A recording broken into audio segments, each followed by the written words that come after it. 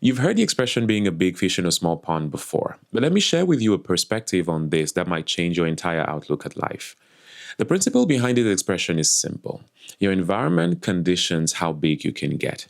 But I think this has inadvertently led people to a wrong conclusion, which is that staying in a small pond is a failure of ambition.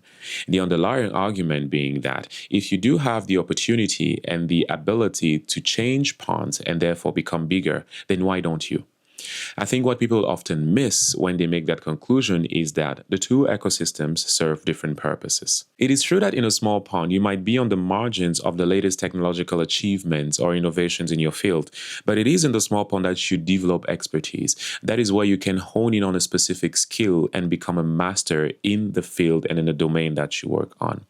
It is also in the small pond that you have the safety, security, and control that we are often seeking because you control all the variables around you for your professional and personal life. So, being in a small pond is not a failure of ambition, not necessarily. It is the deliberate choice for safety, control, and security. On the other hand, being in a big pond is being in a world of almost endless possibilities.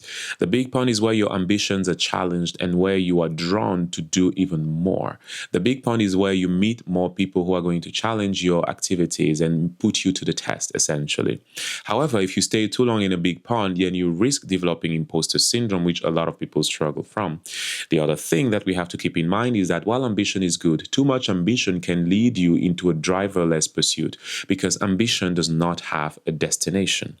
While I was researching this subject matter, it came to mind that the solution is neither the big or the small pond. The solution is something totally different. It is the agility and the flexibility that you have to move between one to the other. Essentially, what you do need is to develop those skills that enable you, on one hand, to tap into the benefits of the small pond when it is the right time, and on the other, to switch into the much bigger pond in order to remain up to date with the latest developments. Because the world continues to move while you are deepening your knowledge in certain skills, and you cannot afford to be left behind. However, you do need community, you do need safety and security, which is guaranteed to you in the small pond.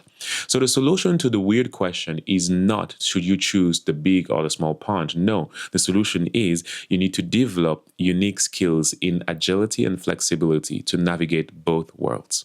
I hope that made sense. See you next time.